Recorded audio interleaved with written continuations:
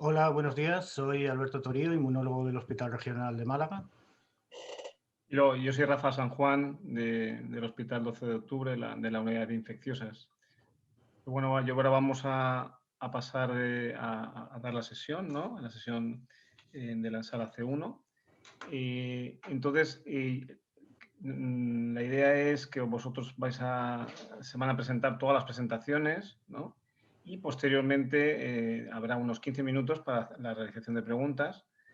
Entonces, la idea es que a través de la página web, tenéis ahí en la página del Congreso a la derecha acceso a hacer las preguntas a través del mail y nosotros las vamos a estar pendientes de ella a lo largo de las presentaciones y trataremos de transmitir todas las preguntas que os parezcan de interés a los ponentes. Y sin más, vamos a pasar a las presentaciones. Cada uno de los son 5 ponentes en este bloque y se autopresentarán de forma gráfica en cada presentación el nombre y la afiliación de cada uno de los ponentes. Pasamos entonces. Buenos días, soy Patricia Suárez y me gustaría agradecer al comité organizador por seleccionar esta comunicación como charla oral. En ella vamos a estudiar la evolución de las células CTFH en pacientes trasplantados infectados por el nuevo coronavirus. Durante la pandemia que comenzó el año pasado, un número considerable de pacientes trasplantados se han infectado por este virus, y a día de hoy se desconocen cuáles son los compartimentos del sistema inmune que juegan un papel importante a la hora de resolver esta infección, especialmente en estos pacientes que son más sensibles. Por ello, nosotros vamos a estudiar este compartimento celular. Las TFH son un subtipo de linfocitos TCD4 que se encuentran mayoritariamente en órgano linfoide secundario. Allí interaccionan con las células B, induciendo su diferenciación hacia células B de memoria o células plasmáticas productoras de anticuerpos. Se han estudiado en el contexto de respuesta a infecciones, siendo positivas ya que promueven la respuesta humoral a estos virus, pero también en el contexto del trasplante de órgano sólido, donde se ha encontrado una asociación entre estas células y la síntesis de anticuerpos anti-HLA y el rechazo. De esta manera vamos a tener las TFH de centro germinal, que se caracterizan por expresar CXCR5, BCL6 y las moléculas ICOS y PD1 de manera constitutiva, pero también las encontramos en sangre periférica como TFH circulantes, las cuales comparten la expresión de CXCR5 pero carecen de BCL6, ICOS y PD1. En contacto con su antígeno, estas células van a ser capaces de activarse y expresar entonces ICOS y PD1. Dado que no expresan estas dos moléculas de manera constitutiva, se considera que estas células son de memoria y están en un estado como quiescente.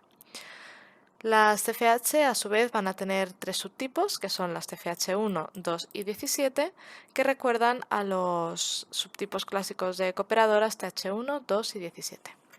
Para comprobar el papel de estas células en la resolución de la COVID-19, reunimos una cohorte de 29 pacientes trasplantados renales que acudieron al hospital con diagnóstico de neumonía bilateral asociada a SARS-CoV-2. Tenían una media de 60 años de edad, eran mayoritariamente hombres y llevaban trasplantados unos 4 años. En 23 de los 29 se confirmó el diagnóstico por RT-PCR y en los demás por diagnóstico clínico.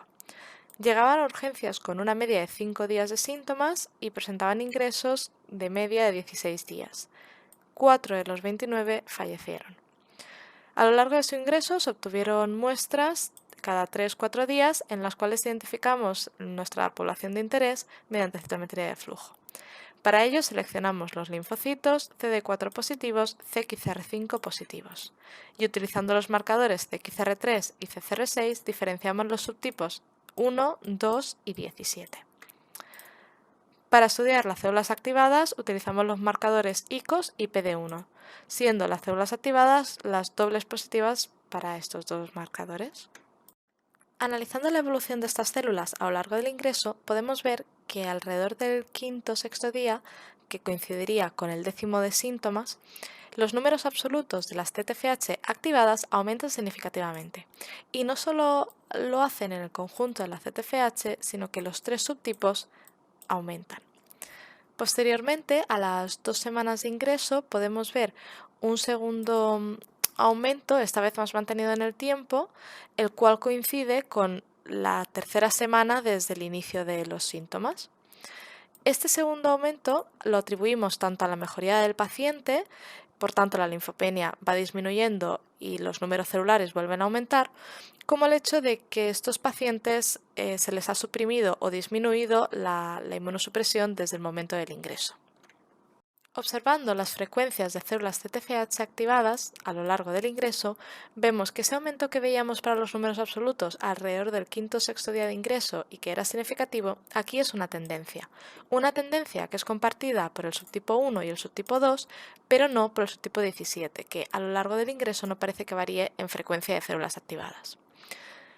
Utilizamos entonces estos valores para dividir a los pacientes en dos grupos. Aquellos que entre el día 5 y 10 de síntomas presentaban una frecuencia de células CTFH activadas por encima de la mediana y los que las presentaban en ese intervalo de tiempo por debajo de la mediana, haciendo dos grupos, el de pacientes con CTFH altas y pacientes con CTFH bajas. Y lo hicimos tanto para el subtipo 1 como los subtipos 2 y 17. Y vimos que los pacientes que tenían las CTFH activadas altas a la semana de ingreso tenían ingresos significativamente más cortos que aquellos que componían el grupo de las CTFH activadas bajas. Esto se veía si para hacer los grupos utilizábamos el conjunto de las CTFH activadas o si utilizábamos el subtipo 1 activado, pero no para los subtipos 2 y 17, donde esto era más una tendencia. Estos datos sugieren que el conjunto de las CTFH activadas, pero concretamente del subtipo 1, podría promover o ayudar a la resolución de la infección por SARS-CoV-2. Para profundizar en el papel que podrían tener cada uno de estos subtipos en la resolución de la infección, a continuación estudiamos el porcentaje que ocupa cada uno de estos subtipos en el total de las CTFH activadas. Como vemos en la parte superior de la diapositiva, en el momento del ingreso los pacientes presentan dentro del conjunto de todas las CTFH activadas una proporción equiparable de cada subtipo, pero que a lo largo del ingreso el subtipo CTFH1 gana terreno con respecto a los otros dos, especialmente frente a la activación de CTFH17. Si comprobamos a continuación el porcentaje de células activadas que existe dentro de cada subtipo, vemos que en el momento del ingreso de todas las CTFH1, un 20% están activadas, mientras que para los subtipos 2 y 17, solo un 10% está activado. A la semana de ingreso volvemos a observar que las TFH1 están significativamente más activadas que los subtipos 2 y 17, en algunos casos alcanzando un 30-40% de activación. Y esto mismo lo observamos también la segunda semana de ingreso y la tercera semana de ingreso. Por lo que estos datos vuelven a sugerir que es el subtipo de CTFH1 el que podría estar activándose como consecuencia del virus. Por tanto, como conclusiones de este trabajo, podríamos decir que a los 5 o 6 días de ingreso se observa un aumento significativo de los números absolutos de CTFH1, CTFH2 y CTFH17. Que los pacientes con una frecuencia de células CTFH activadas y en concreto de CTFH1 activadas altas a la semana de ingreso presentan ingresos significativamente más cortos que los pacientes con las CTFH y CTFH1 bajas. Que el subtipo CTFH1 permanece significativamente más activado que los otros dos subtipos a lo largo de todo el ingreso y que por tanto la activación de la CTFH1 parece esencial para la resolución de la infección por SARS-CoV-2 en pacientes trasplantados renales. Por último, simplemente quería agradecer a todos aquellos que han participado en este estudio, especialmente a los pacientes y los voluntarios y al personal de enfermería, gracias a los cuales se obtienen las muestras, y las entidades financiadoras que permiten estos ensayos. En primer lugar, me gustaría dar las gracias a la Sociedad Española de Trasplantes por permitirnos presentar nuestro trabajo en este congreso, el cual lleva por título Evaluación del perfil inmunológico en pacientes en hemodiálisis infectados por COVID-19. En pacientes con comorbilidades asociadas, el virus SARS-CoV-2 provoca formas graves de la enfermedad en forma de neumonías. En ella se produce una alteración del perfil inmunológico. Estos pacientes presentan respuestas hiperinflamatorias, las cuales se caracterizan por una secreción exacerbada de citoquinas proinflamatorias por parte principalmente de monocitos y macrófagos. También va asociado con una clara linfopenia. En este trabajo nos planteamos dos objetivos principales. En primer lugar, evaluar los cambios en el perfil inmunológico de pacientes con enfermedad renal crónica e infección activa por SARS-CoV-2. Y por otro lado, y fruto de las observaciones clínicas, determinar si el empeoramiento de los síntomas observados clínicamente en los pacientes con enfermedad renal crónica y COVID tras las sesiones de hemodiálisis pueden estar asociadas a cambios en el sistema inmunológico. En este estudio se extrajo muestras de sangre de 5 grupos de pacientes. Por un lado, los controles sanos en verde, los pacientes con enfermedad renal crónica sin infección en naranja, 2 grupos de pacientes con nefropatía e infección por COVID que se diferenciaban entre ellos en los días de evolución de la enfermedad aguda de COVID, que son los grupos azul y amarillo. Y por último, el grupo rojo, que son pacientes con COVID-19 sin nefropatías asociadas. De todos ellos se analizó la producción de citoquinas séricas, las subpoblaciones de linfocitos y monocitos y la producción de citoquinas por los monocitos en un cultivo in vitro. En cuanto a las citoquinas medidas en plasma, llevamos a cabo un análisis de componentes principales en el cual las flechas rojas representaban cada una de las citoquinas que hemos medido. La zona sombreada de cada uno de los grupos representa el intervalo de confianza al 95%. En este gráfico vemos que las producciones de citoquinas por parte de los controles fue baja y muy diferente al resto de grupos. Dentro de los pacientes con enfermedad renal crónica, que son los que caen en este lado del gráfico, los pacientes que tenían COVID-19 presentaban mayores producciones de citoquinas con respecto a los pacientes que no tenían COVID-19 pero tenían enfermedad renal crónica. En las gráficas de la derecha tenemos las citoquinas que más destacan, que son la IL-6, la IL-8 y el TNF-alfa. Por tanto, con todo ello podemos concluir que los pacientes con enfermedad renal crónica y COVID presentan un cuadro de inflamación con respecto a los pacientes que no tenían infección. En cuanto a las subpoblaciones celulares, observamos una disminución de linfocitos totales en pacientes con enfermedad renal crónica y COVID en relación con los pacientes que solo tenían enfermedad renal crónica. Además, esto también se ha visto en el compartimento CD8, en los linfocitos B y en las células NK, aunque en estas últimas no ha sido significativo.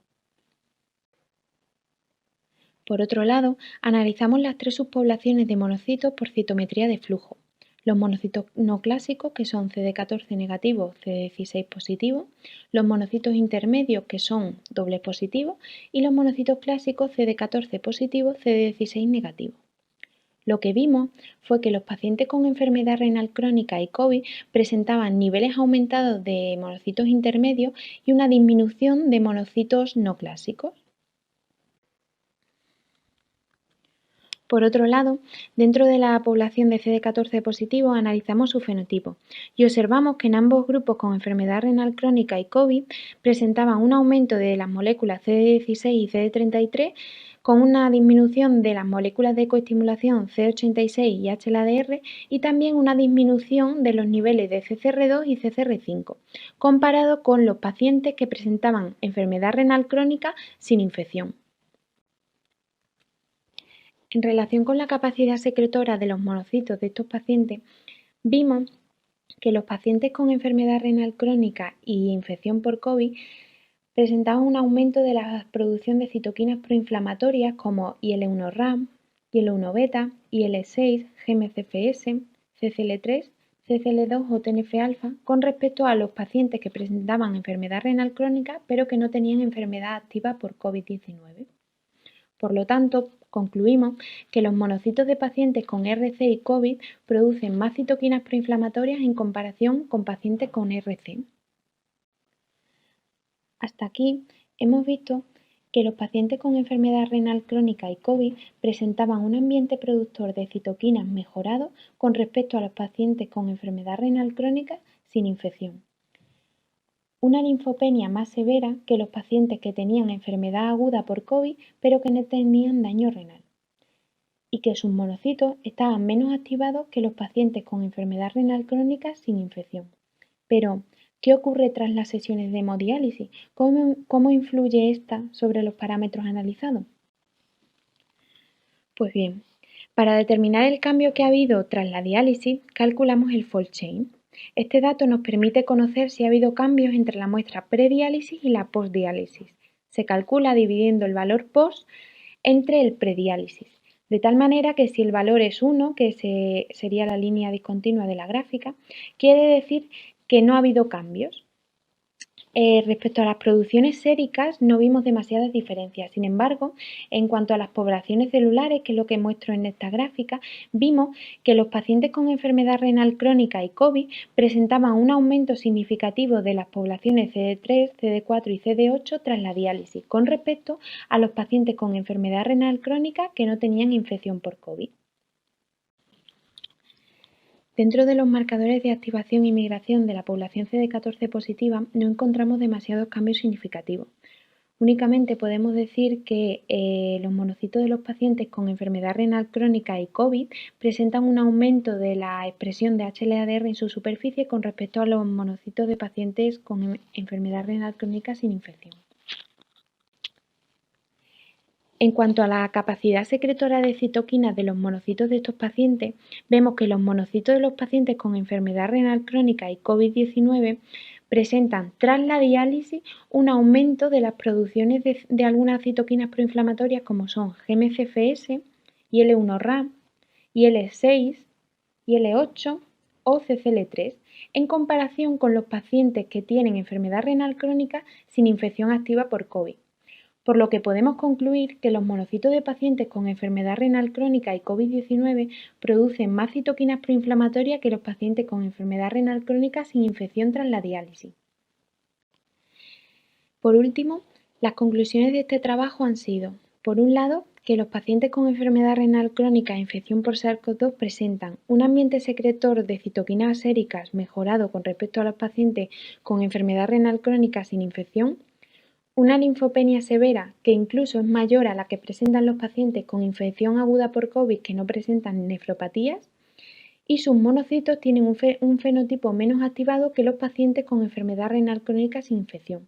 Por otro lado, la diálisis produce en los pacientes con COVID-19 una recuperación del número de células T en comparación con los pacientes con enfermedad renal crónica sin infección, cambios en el fenotipo de los monocitos con un aumento de algunos marcadores de coestimulación y un aumento de la capacidad secretora de citoquinas de los monocitos en relación con las pacientes con daño renal sin infección.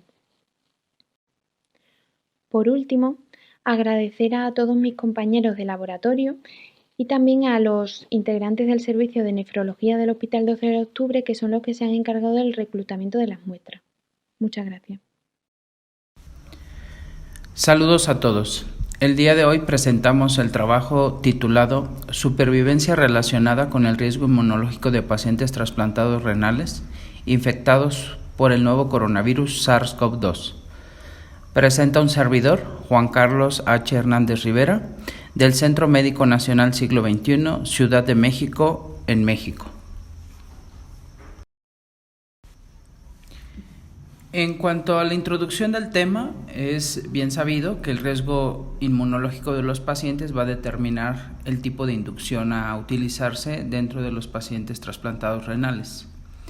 Este tipo de inducción finalmente va a jugar un papel muy importante en el riesgo de infecciones a corto, mediano y largo plazo durante la evolución de los mismos.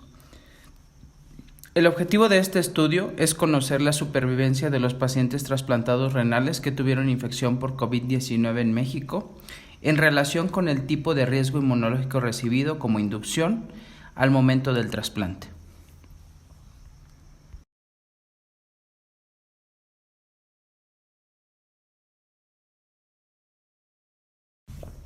Material y métodos. Es una serie de 66 casos de pacientes trasplantados renales con COVID-19 en México, pertenecientes a 4 unidades de trasplante renal.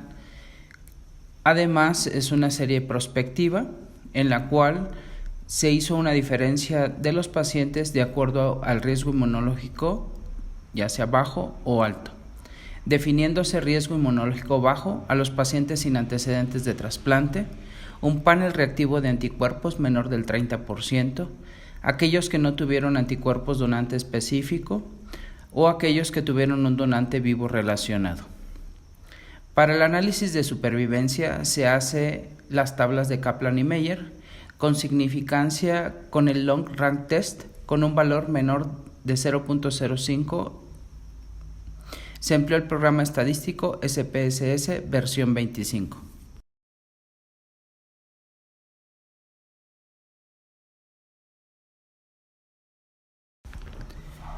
Como resultados, se repite nuevamente el hecho de ser una serie de 66 pacientes de 4 unidades de trasplante renal. 37 de los pacientes fueron categorizados como riesgo inmunológico bajo, correspondiente a 56.06% de la totalidad de la población, donde la supervivencia se observó con un 70.27%.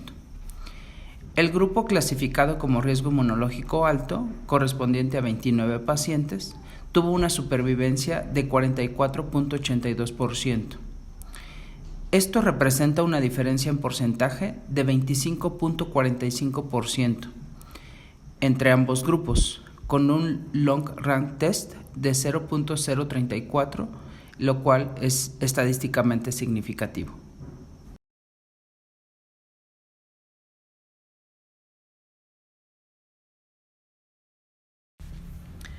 En este gráfico observamos lo que es la supervivencia del paciente trasplantado renal con COVID-19 en relación al riesgo inmunológico, de los 66 pacientes divididos en estos dos grupos. En la parte inferior observamos los días de supervivencia. En la cuestión acumulativa, la supervivencia finalmente acumulada.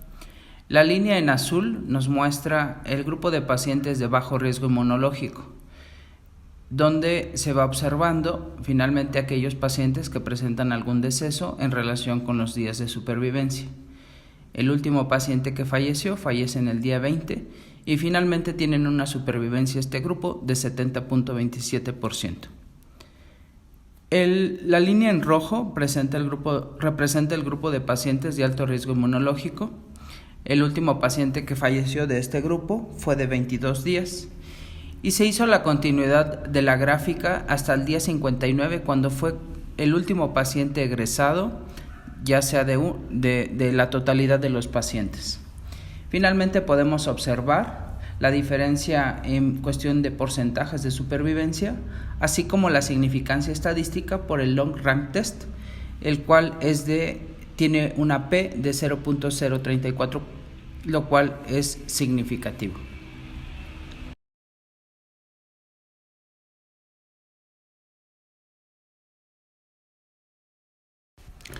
Como conclusiones, pues sabemos que el tipo de inducción elegida en los pacientes trasplantados es dependiente de múltiples factores, ya mencionados principalmente en la diapositiva de introducción, y la intención de la inducción es garantizar una mayor supervivencia tanto del paciente como del injerto. Sin embargo, también la inducción condiciona un riesgo hacia un futuro en relación con infecciones a corto, mediano y largo plazo, como en este caso a los pacientes infectados por SARS-CoV-2 observados en este estudio. La inducción no es una condición que pueda ser evitable, en cambio, sí es algo que puede ser modificable al momento de la atención de los pacientes con COVID-19, a los que tenemos que extremar medidas, y más en aquellos que conocemos su tipo de inducción, sobre todo con agentes policlonales. Agradecemos la aceptación de este trabajo en presentación y estamos abiertos ante cualquier duda o pregunta que pudo haber surgido ante la presentación de este trabajo. Buenos días. En esta comunicación nos propusimos conocer la seroprevalencia frente a SARS-CoV-2 en los pacientes en lista de espera de trasplante renal de nuestro centro. Y en segundo lugar, quisimos responder a la siguiente pregunta. ¿Se puede trasplantar a un paciente con antecedentes de infección?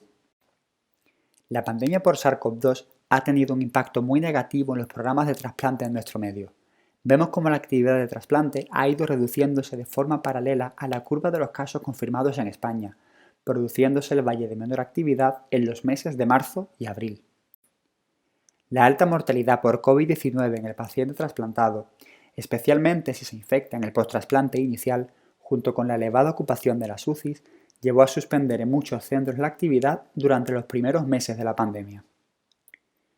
Con el objetivo de garantizar en la medida de lo posible la seguridad de los pacientes en lista de espera, desde la ONT se hizo la recomendación de que tanto los donantes como los receptores debían disponer de PCR negativa previa al procedimiento. Posteriormente, una vez se fue reduciendo la tasa de contagios, se reiniciaron los trasplantes y a medida que estos han ido incrementándose, se han generado nuevas cuestiones. Tal vez la más frecuente sea en cómo debe hacerse el acceso al trasplante renal en un paciente con antecedentes de infección por SARS-CoV-2. Actualmente, la experiencia al respecto es muy limitada, con solo unos pocos casos comunicados en el mundo hasta la fecha. En nuestro caso, quisimos analizar los resultados del cribado con PCR y serología de SARS-CoV-2 de los pacientes que acceden a trasplante renal en nuestra unidad hasta el 20 de enero de 2021. Y en segundo lugar, describimos la realización de trasplante renal en un paciente con antecedentes de infección. Para ello, se realiza un estudio prospectivo de los pacientes trasplantados renales en nuestra unidad desde el 26 de abril de 2020, ya que tras la suspensión del programa de trasplante por la primera ola de COVID-19 es cuando retomamos la actividad. A partir de este momento, se realiza PCR de cribado a todos los potenciales receptores de injerto renal y desde el 28 de mayo también se toman muestras para serología. Nuestro laboratorio de microbiología dispone del test de PCR múltiple Allplex de Seegene, que detecta el gen E, el gen RDRP y el gen N, siendo estos dos últimos específicos del SARS-CoV-2. Se considera positivo si se detecta como mínimo el gen N o el gen RDRP por debajo del ciclo 40. Para la serología disponemos del sistema Alinity de Abbott, el cual emplea el ensayo quimioluminiscente de micropartículas. Identifica anticuerpos IgM frente a la proteína de Spike e IgG frente a la proteína de la nucleocápside. Los puntos de corte son 1.0 y 1.4 respectivamente. Desde el 26 de abril de 2020 hasta el 20 de enero de 2021 hemos realizado 60 trasplantes renales. Disponemos de serología en 50 de ellos, los cuales todos tuvieron IgG negativa, detectándose un único caso IgM positivo, el cual finalmente se dio como falso positivo, puesto que no se confirmó en controles posteriores y no desarrolló anticuerpos IgG. Todos los receptores tuvieron PCR pretrasplante, obteniéndose 58 resultados negativos y 2 de ellos positivos. El primero de ellos, el 9 de julio de 2020, y un segundo más reciente, el 15 de enero de 2021. Pasamos ahora a relatar el primer caso identificado de PCR positiva de SARS-CoV-2 en el cribado pretrasplante. El 9 de julio de 2020 seleccionamos como potencial receptor de trasplante renal a un varón de 70 años con enfermedad renal crónica secundaria nefritis tubulointersticial en programa de hemodiálisis. A su llegada al hospital se le realizó PCR de SARS-CoV-2 en el exudado nasofaringio, obteniéndose un resultado positivo. El paciente se encontraba completamente asintomático y no refería contacto alguno con casos confirmados de COVID-19. La analítica sanguínea no mostraba alteraciones y en la radiografía de tórax no se apreciaron infiltrados.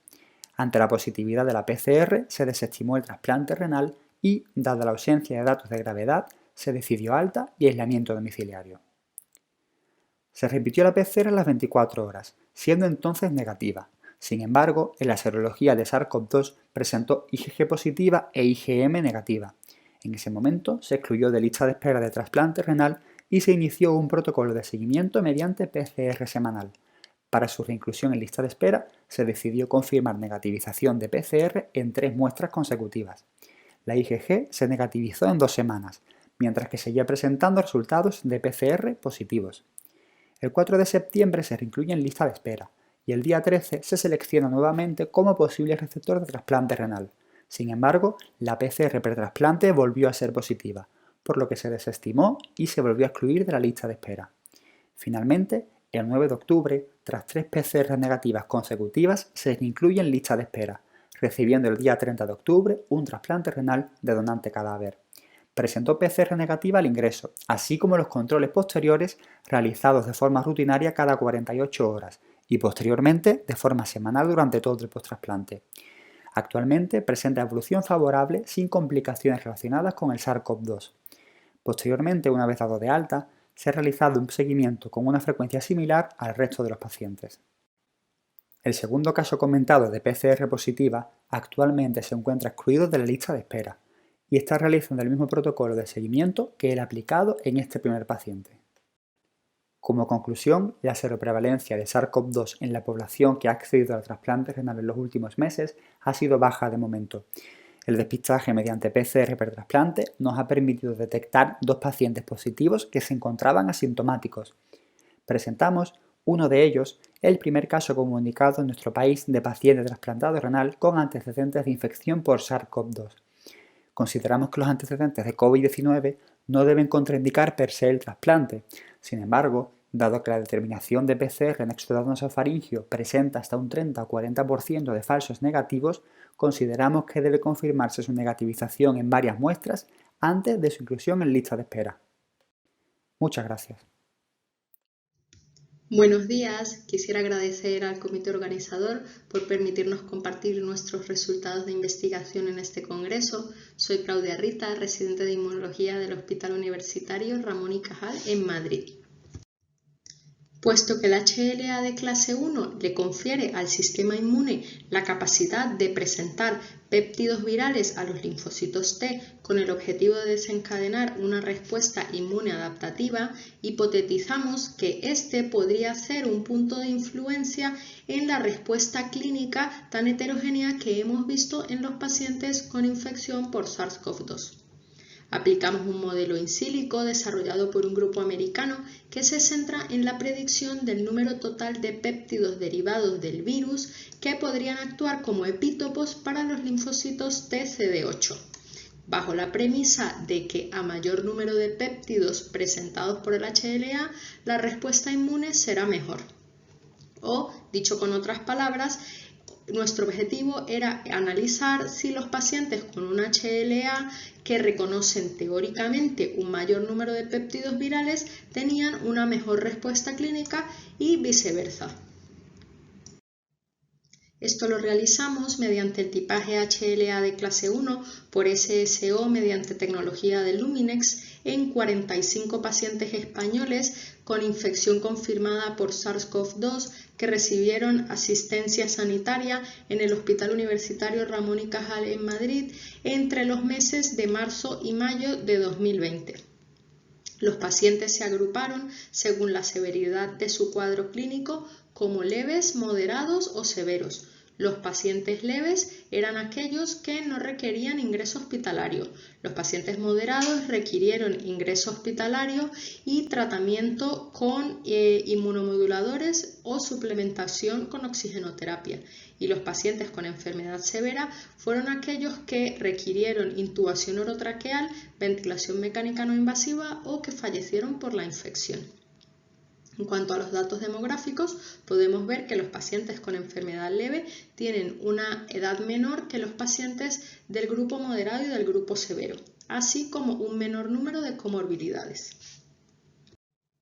Una vez obtenido el tipaje HLA, calculamos el número de péptidos de SARS-CoV-2 reconocido por cada paciente.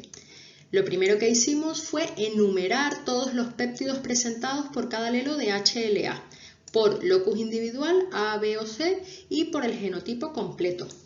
Los péptidos que fueron presentados por más de un alelo se eliminaron.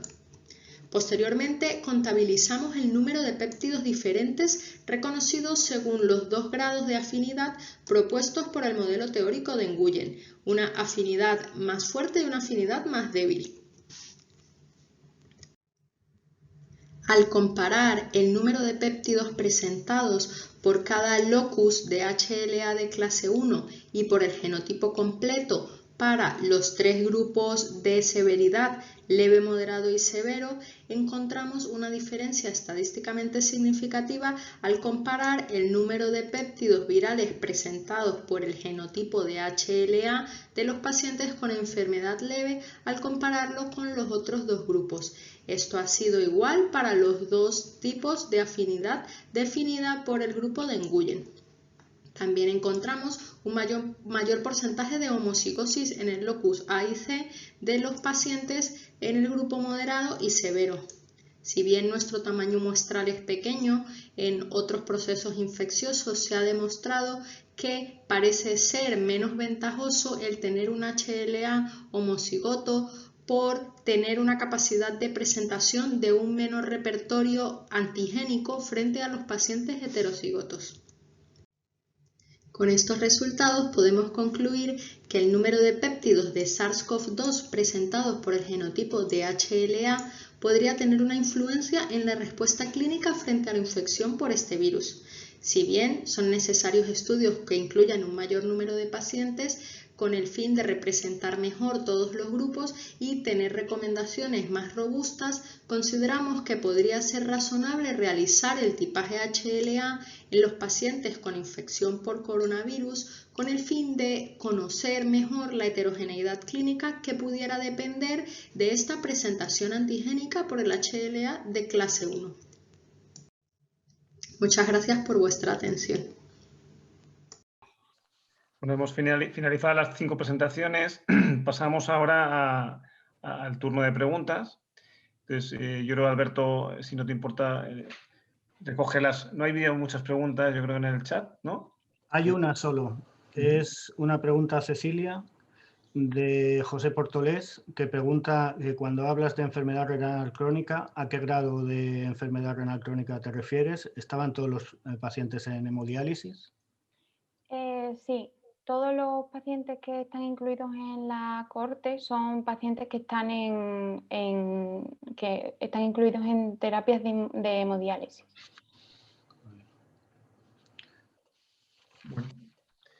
Yo tenía una pregunta para Patricia, en concreto. Bueno, yo creo muy interesante, ¿no? Yo creo lo que es la correlación entre los foliculares activados, ¿no? Los H1 en concreto, ¿no? Parece que es, de alguna forma, conferiría en cierto grado, ¿no? de control, ¿no? De la enfermedad, o sería un signo subrogado que se controla la enfermedad. Entonces, yo no sé si la habéis hecho una estratificación, son pocos pacientes, pero si habéis podido estratificarlo por la edad, por ejemplo, ¿no? Que la edad, quizás, yo no sé si los pacientes más mayores tienen menos activación HT1, digo porque ese es un factor, es el más grosero clínico, ¿no? Que se relaciona con el control de la enfermedad y con enfermedades peor controladas. Y la otra pregunta al respecto sería si habéis podido correlacionar, yo sé que estáis, bueno, porque como estamos en el mismo hospital, ¿no? Sé que trabajáis en varias líneas, ¿no? En cuanto a la inmunidad celular respecto a COVID y en concreto en técnicas ya más específicas, no tanto cuantitativas, globales, sino específicas frente a COVID, en concreto la inmunidad celular frente a COVID. Yo no sé si habéis podido correlacionar este hallazgo, digamos, cuantitativo y funcional genérico, ¿no? Que es la activación de foliculares H1 con la inmunidad específica frente a COVID, si hay algún tipo de correlación entre el desarrollo de inmunidad que medís por el ISPOT, ¿no? Si no recuerdo mal. Buenos días. En cuanto a la primera pregunta con respecto a la edad de estos pacientes, lo que sí pudimos observar es que en los dos grupos que nosotros hacemos, aquellos que tienen las TFH altas y aquellos que tienen las TFH bajas, no hay diferencias en la edad.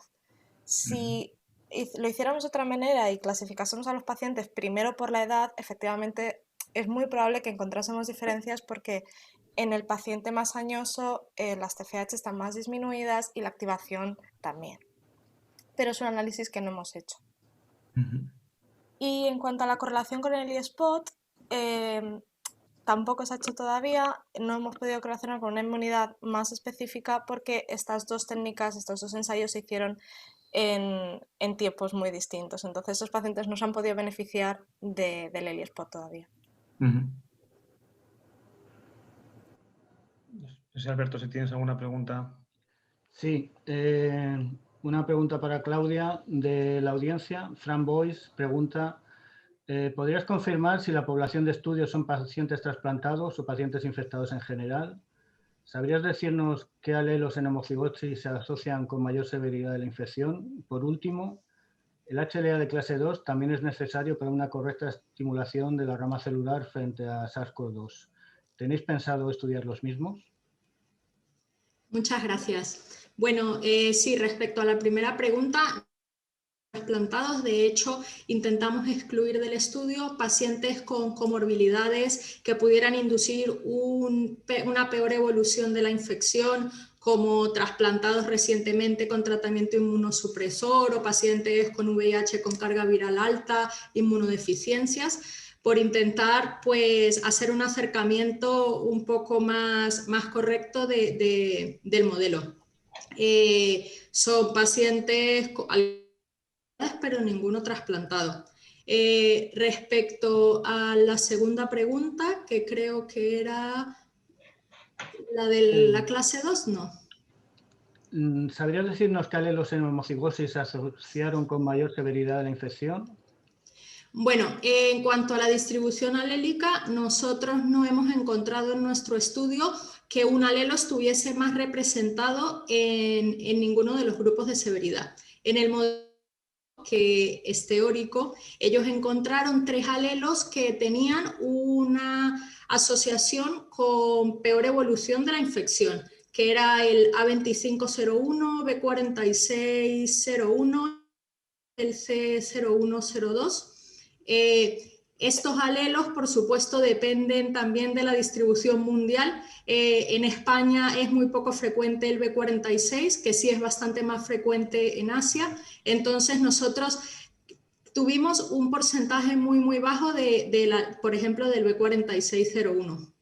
En cuanto al HLA de clase 2, para no extenderme tanto, hasta el momento lo que sabemos es que no se ha desarrollado todavía un modelo bioinformático que permita predecir la afinidad entre las moléculas de HLA de clase 2 y los péptidos virales de coronavirus. Esto no soy bioinformática, pero parece ser que es bastante más complejo porque los tamaños de los péptidos que reconoce el HLA de clase 2 son mayores y ha sido complicado desarrollar el modelo. Un estudio multicéntrico en el que participaron centros españoles e italianos, publicado en el New England Journal, ellos intentaron hacerlo y no encontraron diferencias entre los pacientes y los controles. Entonces, nuestra intención es, estamos haciendo el tipaje de más pacientes. Creemos que es súper importante hacer el acercamiento del HLA de clase 2 en estos pacientes, teniendo en cuenta respuesta vacunal, etcétera, pero de momento todavía no hay un modelo que nos permita predecirlo. Sí, yo te quería preguntar también, vamos, sí he visto que hay algún artículo que asocia el A101 con una peor evolución y evidentemente que la homocigosis pues, se ha relacionado en otras muchas enfermedades infecciosas, virales, que tienen una peor evolución, como es lógico. La única consideración que quería hacer es el final de tus conclusiones que apuntas que parece razonable considerar el tipaje a todos los pacientes, teniendo en cuenta la cantidad de pacientes y el coste económico. Podría ser en algún proyecto de investigación, pero vamos, con el número de pacientes es imposible hacer el tipaje por parte económica y la cantidad de trabajo que sería, vamos. No sé si tenéis un proyecto de investigación con los que estáis trabajando o lo habéis pedido para hacer este estudio. Sí, bueno, tienes razón. Cuando empezamos con este estudio, sí habían bastantes pacientes, pero no tantos como han habido en estos últimos meses. Nosotros estamos participando en un proyecto dirigido por la Universidad de Stanford que participan varios centros españoles, donde la idea es tener un número mayor de pacientes y además analizar la relación de los KIR en esta infección. Lo que se podría hacer, que se me ha ocurrido, pero no es en vuestro caso, es los pacientes que ya están tipados, los pacientes trasplantados renales, aunque no tengas el tipaje en alta, pues sí que aprovechar ese tipaje que ya lo tienen, si se han infectado de COVID, ver si alguno de esos alelos condiciona su evolución, porque ya tendrías esa información previa. Pero claro, ya estarías hablando de pacientes que tienen otro condicionante, son trasplantados, tienen su inmunosupresión, con lo cual podría cambiar las conclusiones. Y no tenemos más preguntas de la audiencia. Yo tengo para Tino. ¿Tino? Florentino. Tino, por favor. Perfecto. Has comentado, bueno, has un poco reflejado, ¿no?, vuestro protocolo bastante estricto, ¿no?, a la hora de plantear el trasplante en pacientes con infección. Hablamos de infección asintomática incluso, ¿no? Lo digo porque, de hecho, sois bastante... No es la experiencia que yo creo que tenemos en otros centros de pedir, incluso solicitas, entendido, 3 PCRs negativas, ¿no?, asumiendo la intermitencia en la PCR. No, vamos, la verdad es que la línea actual, de hecho, la SET, hay un borrador ya aprobado, ¿no?, para intentar dar unas recomendaciones. Lógicamente, todo lo que hemos hecho en cada centro es dependiente de sentido común y de prudencia, ¿no? Yo creo que es un protocolo muy prudente, pero la tendencia actual, yo creo, es a intentar no ser tan restrictivo, ¿no? Intentar a reactivar el programa. No sabemos para cuánto, queda menos, pero creemos que todavía quedan unos meses. Entonces, de hecho, no hablas nada de la complementación con la propia serología. De hecho, la serología la utilizarla un poco en pacientes, o sea, quiero decir, un paciente con una PCR positiva, estos son portadores asintomáticos y que lleven un tiempo razonable de evolución, 14 días, ¿no?, de que no hay respuesta clínica, posiblemente con la serología, aunque aquí es un poco peliagudo, la serología puede ser negativa, son pacientes asintomáticos precisamente donde la serología es negativa. Quizás el tiempo de evolución con 14 días es la tendencia actual, y el borrador nuevo en pacientes receptores, ¿no?, que vamos a intentar aprobar, es que a partir de los 14 días de la PCR positiva, teóricamente del fin de síntomas, en este caso no hay síntomas, simplemente la PCR positiva, sería probablemente seguro hacer el trasplante, ¿no? No sé qué opináis al respecto, si a la luz de las nuevas recomendaciones vais a reajustar ese protocolo. Sí, bueno, gracias por los comentarios. Justo nosotros lo que consideramos con esto es que, claro, la positividad de la PCR en muchos casos, ¿no?, sobre todo lo que nos encontramos, este paciente fue una sorpresa clara, porque un paciente de nuestro centro, nosotros en Cádiz pues somos el centro de referencia para trasplantes renales de la provincia, y un paciente que nosotros pues lo teníamos en seguimiento, lo teníamos en hemodiálisis. Y bueno, justo en este momento estaba haciendo un descanso porque había tenido problemas con acceso vascular y tal. Entonces, cuando nos llegó y vimos que tenía una PCR positiva, fue una sorpresa porque en ningún momento el paciente había referido síntomas. Entonces, el paciente, justo lo que consideramos es que, claro, en primer lugar, dado que podemos tener un trasplante renal en pocas ocasiones, ¿no?, dado que podemos optar a otras terapias renales sustitutivas, va a ser un procedimiento urgente, ¿no? Eso en primer lugar. Luego, la PCR, que puede seguir dando falsos negativos por la toma de la muestra, por el procesamiento que se haga, muchos factores. Entonces, luego, someter a un paciente a una inmunosupresión, meterlo en un quirófano, después que pase por una UCI, intubarlo, después llevarlo a una unidad de trasplante que va a compartir estancia con otros pacientes inmunodeprimidos.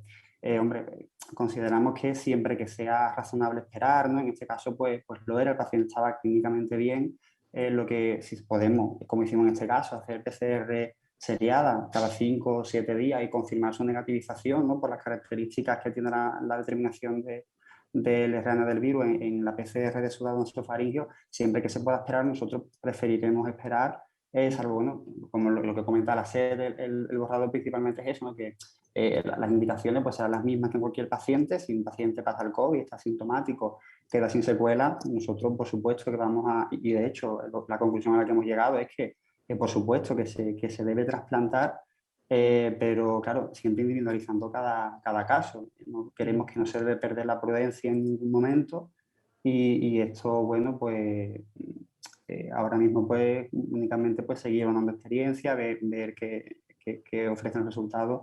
Pero bueno, nosotros, si se puede esperar, y en caso, como hemos comentado, como este, PCR por todo lo que implica desde el punto de vista del paciente, en primer lugar.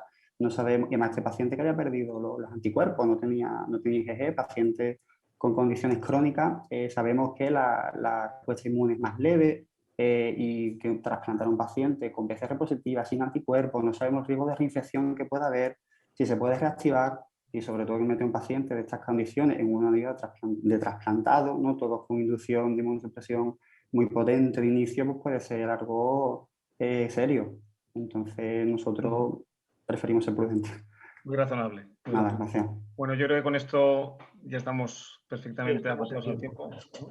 Sí. ¿Quieres por cerrar? Bueno, pues nada, darle las gracias a todos los ponentes, enhorabuena por sus trabajos y nada, esperemos que el año que viene nos veamos en Málaga y no sea así virtualmente. Gracias. Lo esperamos todos. Pues nada, pasar buen domingo, ¿no? Venga, hasta luego a todos. Hasta luego.